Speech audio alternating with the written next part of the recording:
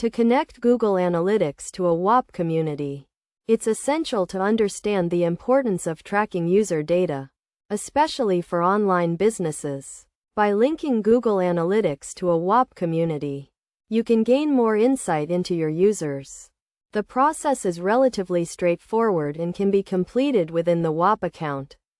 To begin, you'll need to have your Google Analytics code handy. If you're unsure where to find it, you can refer to a separate guide that provides step-by-step instructions.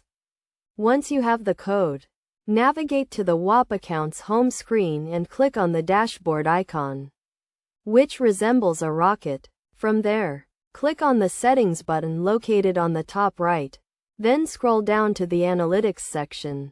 Within this section, you'll find 8 boxes. The one you need is labeled Google Analytics ID. Paste your Google Analytics code into the corresponding purple box and click Save. This simple process allows you to connect Google Analytics to your Whop community, providing you with more detailed user data. If you have any alternative methods or tips, feel free to share them. The goal is to make this process as easy as possible. And with these steps, you should be able to link your Google Analytics to your Whop community with ease.